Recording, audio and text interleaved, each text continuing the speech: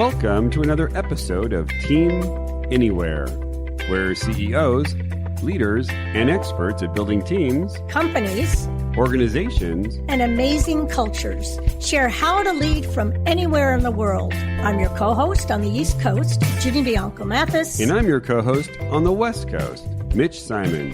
And we invite you to join us to Team Anywhere.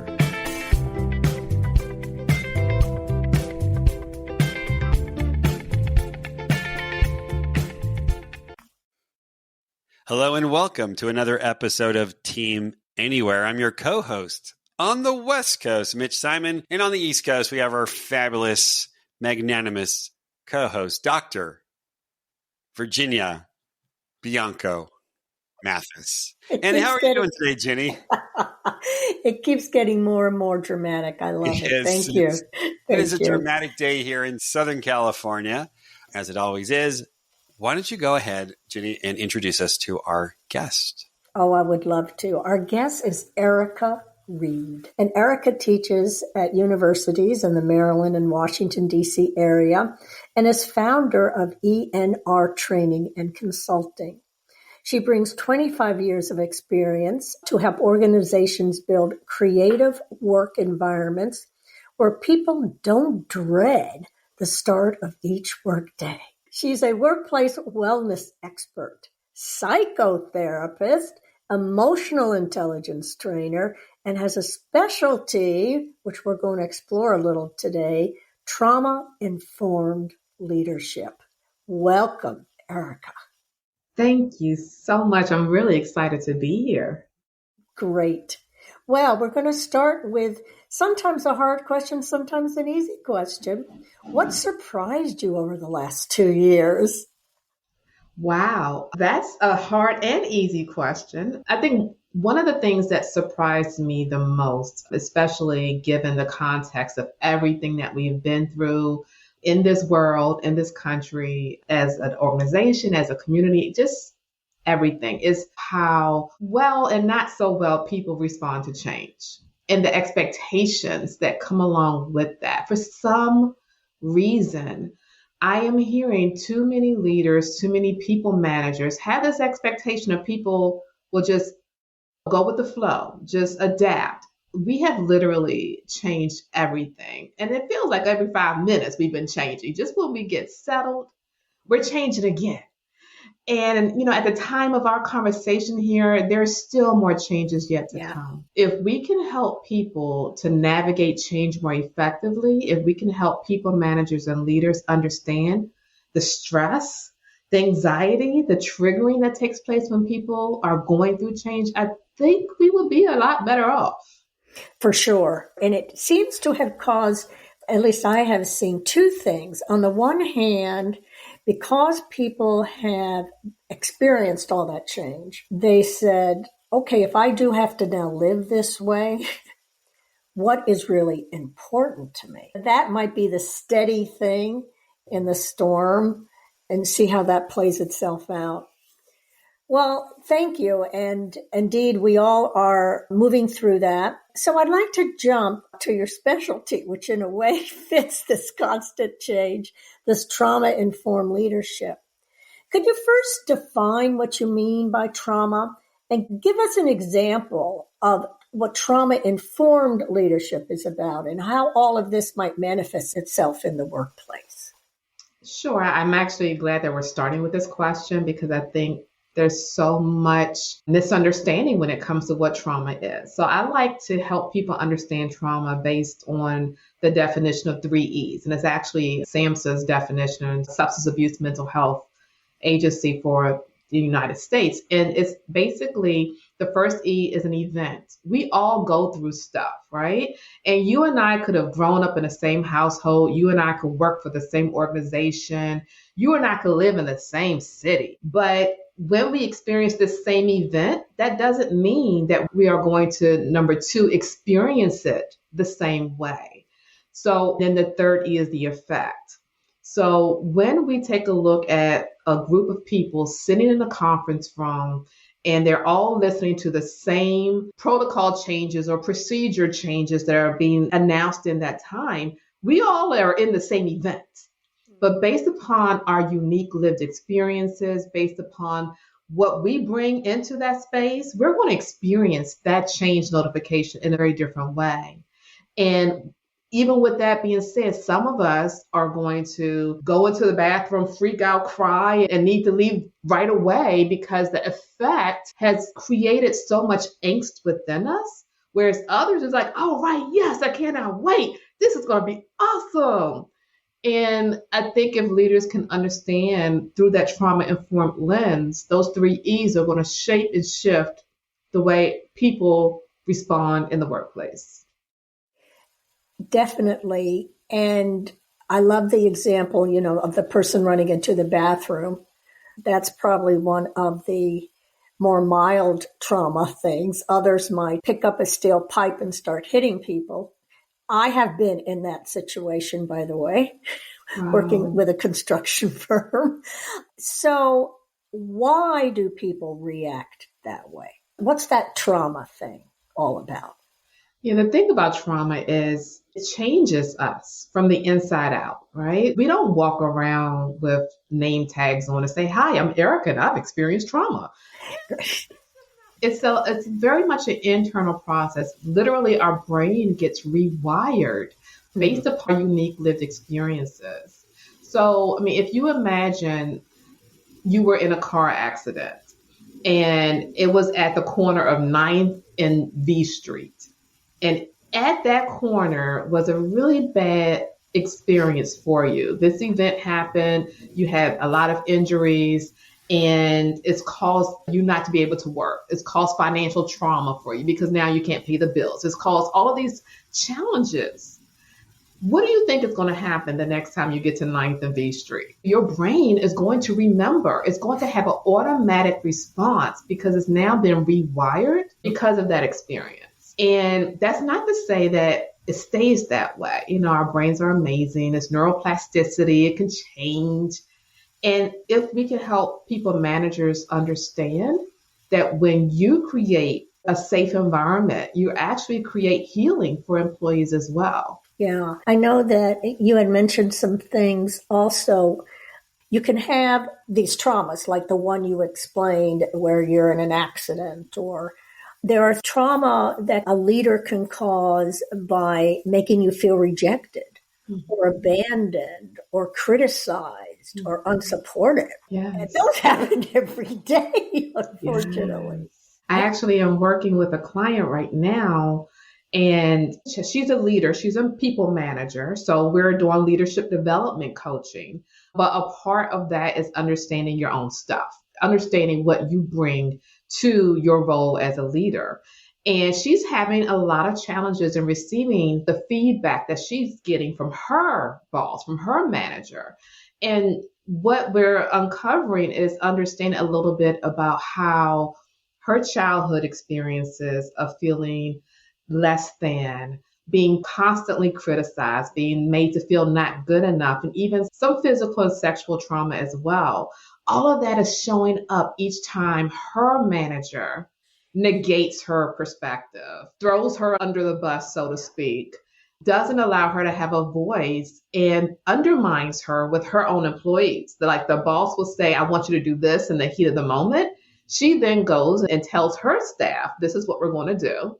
And the staff doesn't like it, so they go over her head to her boss, who then says, no, never mind, we don't need to do that.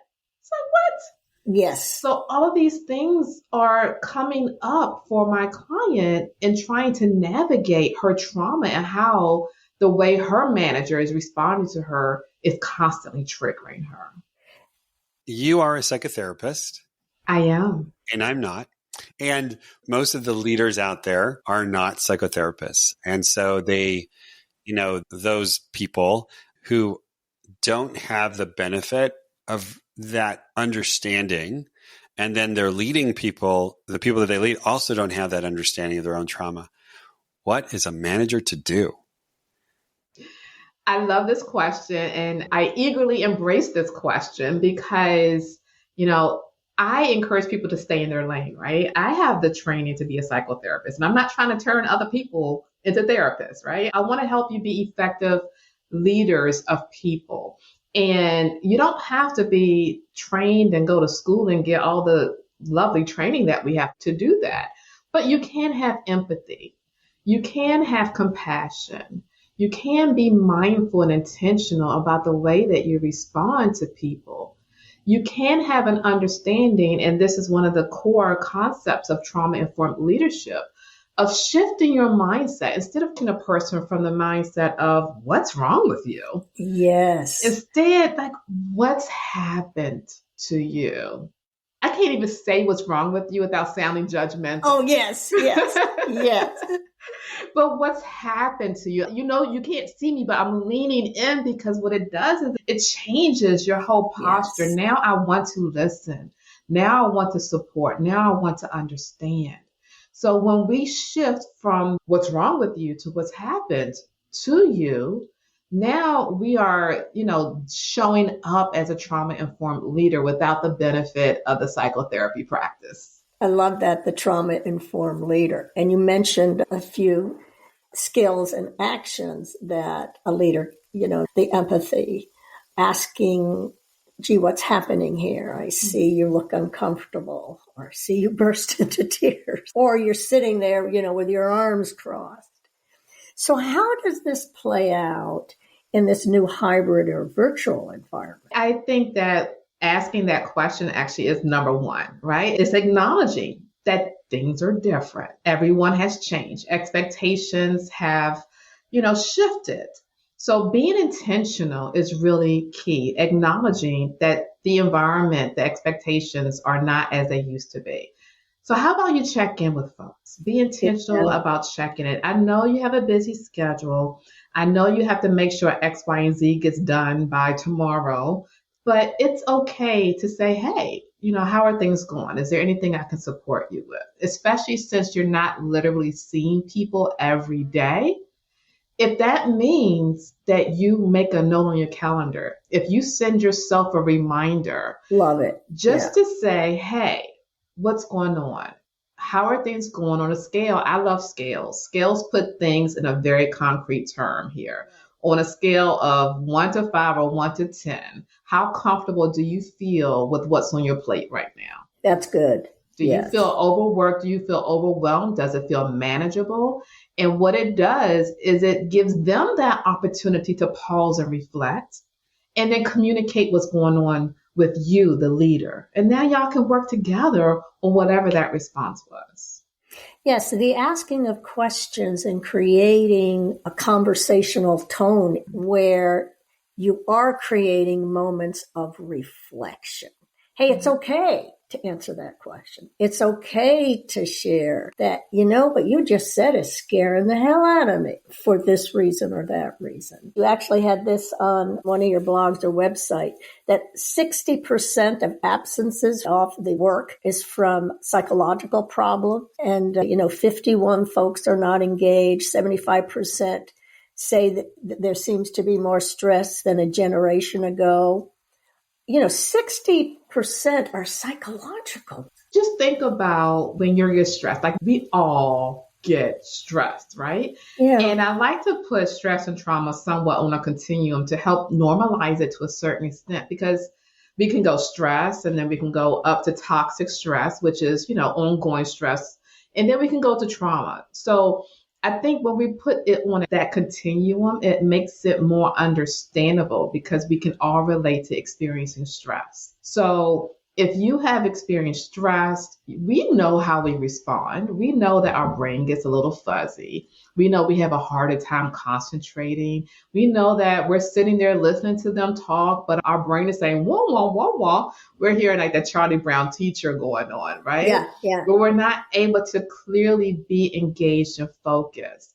Now, if we were to magnify that with the weight of trauma, with the weight of toxic stress, it's that much more difficult to get yourself out of the bed, to get yourself to the office, to get yourself to perform to the best of your ability.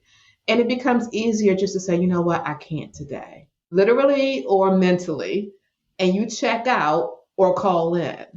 And if people can understand that the stress, the toxic stress and the trauma that is experienced on a daily basis is really helping people to not be present. They can actually learn that we need to address it more than it actually is done. Right. And an interesting dynamic happened with one of my clients where a subset of people that worked with this organization realized part of it is there are some organizations that are actually set up to cause trauma in your first few years. That's how they do it. That's how they always done it.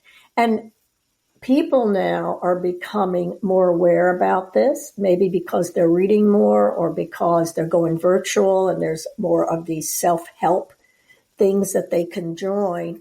You have a decision to make. You don't have to stay there, which perhaps is a little bit of what's happening with, people now wanting certain things before they take a certain job. And the flexibility has embedded in it a healthier environment. So when someone calls you in and you sense that there's this stress and maybe some of this trauma going on, what do you bring? What do? You stand up and give a lecture? Don't be this way? Well, I definitely don't think that we should stand up and lecture. It's actually really important to be intentional about the space that you create as a leader, being intentional about when and how you have these conversations. If you notice that in a meeting, if you're all on little squares on the screen, or if you're all sitting in a conference room and you see one particular employee who just doesn't seem to be present, and maybe they're not contributing, maybe they're not sharing ideas, that probably is not the best opportunity to call them out and say, hey, we need everyone to be a team player here. Which we tend to do, right? Yeah. Yes. So maybe instead what might work better is after the meeting, you connect with that person and you say, I noticed today that you were a bit more quiet than usual. I would love to hear you. Is there anything I can support you with? That's great. Well, what can I do? What can I do to support you? And once again, this is not about making you a therapist. I don't want you to go all up, get in their business, as we like to say. And this is not about trying to fix. That's another thing that's really important to be clear. My goal is to help leaders learn how to support and step away from the desire to fix. You're amazing. You're awesome. You got that job because you know how to make stuff happen. You know how to dot the I's and cross the T's, but you are not here to fix every problem. You're not here to fix your people. You're here to acknowledge that they have some stuff that's impacting the way they show up. Yeah. And your role is to support them and help them to be a part of the solution. Do you feel it's okay for a leader to share his or her own traumas? I would never advise someone to do something they're not comfortable with. And I think every space has a different vibe, so to speak, of what would be healthy and what would be toxic to share, especially if you don't know what the other person's lived experience is. So I can be with you and I can feel like I want to be transparent by sharing with you what I've experienced. And that's me trying to be a healthy leader. I don't know how you're going to receive it, right? Sure. So I think it's important for leaders to be real people. And I think it's important for leaders to be transparent, but there is a line. I think you can acknowledge, hey, I know that a lot of us have had some challenges. The way that we've lived our lives definitely shows up in the way we interact with right now. I even just now was thinking about something that happened to me, and you can keep it very broad. Yes. And I know that is impacting the way that I'm showing up for you right now. Totally. I wanted to talk a little bit about, not trying to fix, because I love the way you said that. I think that when you look at leaders' abilities to empathize and to show compassion, I do think that for a lot of us, we were trained, we were managers before we were leaders.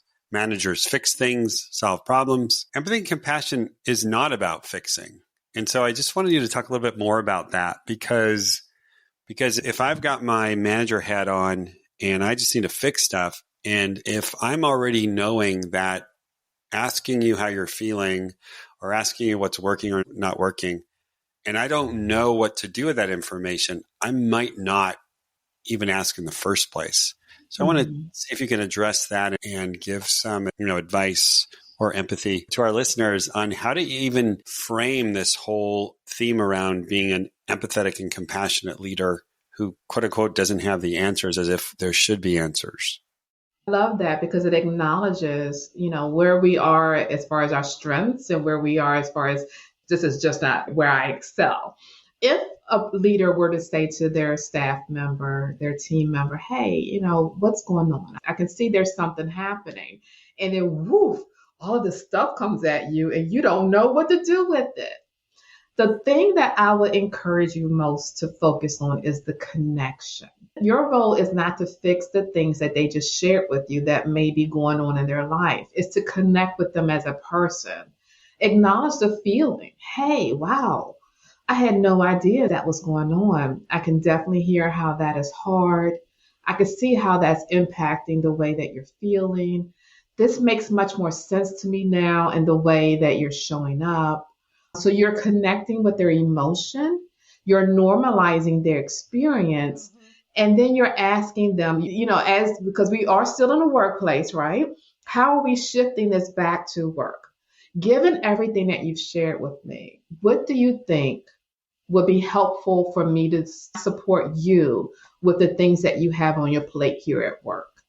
Erica, I love how you just took so much stuff into one word.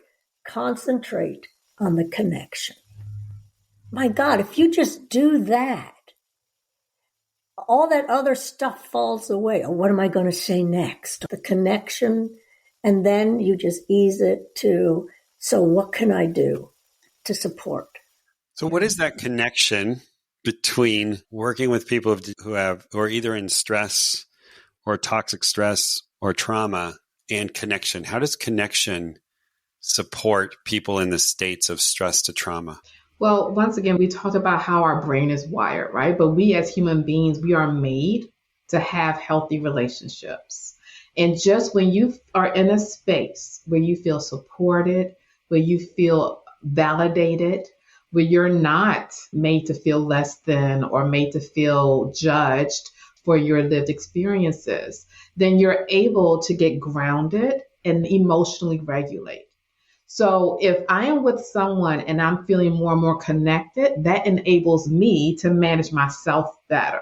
Usually if you think about it, when you get upset and you just had a bad day and you go home to your significant other and you just, you let them have it. You just dump everything that just happened. You can feel yourself reliving everything from the day, right? You get wound up more and more and more. And if your spouse, if your significant other, she's like, wow, that sounds rough. I can definitely see why you're so upset by that. And then they just pause and they let you breathe.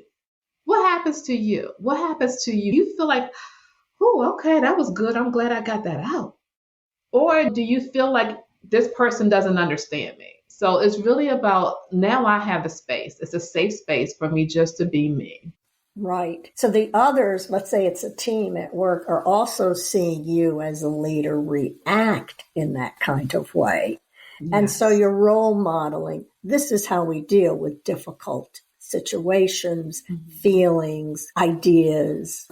That's wonderful. And as a team, you can show them why and how you are normalizing this need for space. Like if you think about it, the workday is just full back-to-back stuff, one thing after another. And unfortunately, a lot of that is meeting after meeting after meeting. So if you left one meeting and you immediately jump into the next meeting, just go forth with your agenda, then people are still dysregulated in the last meeting. If you were to say, hey, I want to be a trauma-informed leader. Hey, I want to acknowledge the impact that stress has. Hey, I want to encourage people to have good mental health. If you start your meeting, the first minute, just 1 minute, I know you got a lot on your agenda, but if you just take the first minute and say, hey, everyone, let's just sit here for a moment, give ourselves a minute to breathe, catch our breath before we move on. Yeah. And that's it. You don't have to guide that minute. You just allow people to regulate themselves, transition from the last, and then you move on. Just that short, simple thing models what good mental health looks like.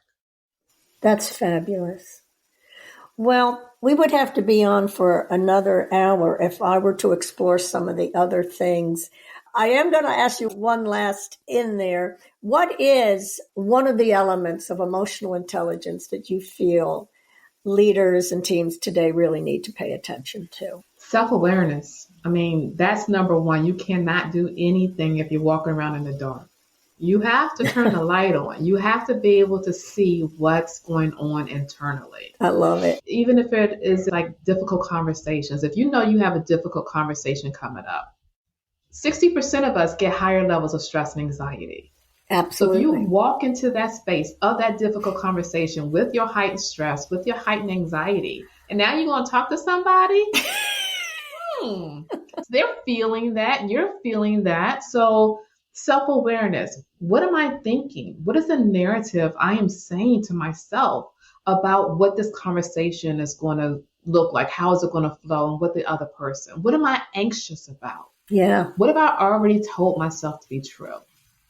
And then breathe. Be aware and then breathe. And then I also be aware of why you're having the conversation that you're about to have. Well, how can people find you? Well, I would love for folks to connect with me on my website, ericanreed.com. Social media, of course, Erica and Reed, LCSWC. And if anyone has a need and they want to have some resources available to how to have those difficult conversations, they're welcome to download my free guide by going to bit.ly/ENR guide. Fabulous. I found them and they're wonderful. Thanks for the value that you're adding and the lens that I think is an important one today. Mitch? Yes, it's been phenomenal to really hear your perspective and also just to get clear on, the role of a leader in dealing with so much stuff that's coming up right now, given that so many of us are virtual, hybrid, alone, and still struggling with a full plate or 2 plates or 3 plates of work to do. So I really like that. So I've thoroughly enjoyed this. And I want to thank you, Erica, for being on the show. I want to thank you, Ginny, as well, for co-hosting and bringing such a lovely, amazing guest. And I want to thank our listeners here at Team Anywhere. If you've loved this podcast, which we have, please share with your friends, your family, your colleagues, and for anybody else feeling a little bit of stress these days. And we look forward to seeing you next time on our next episode of Team Anywhere.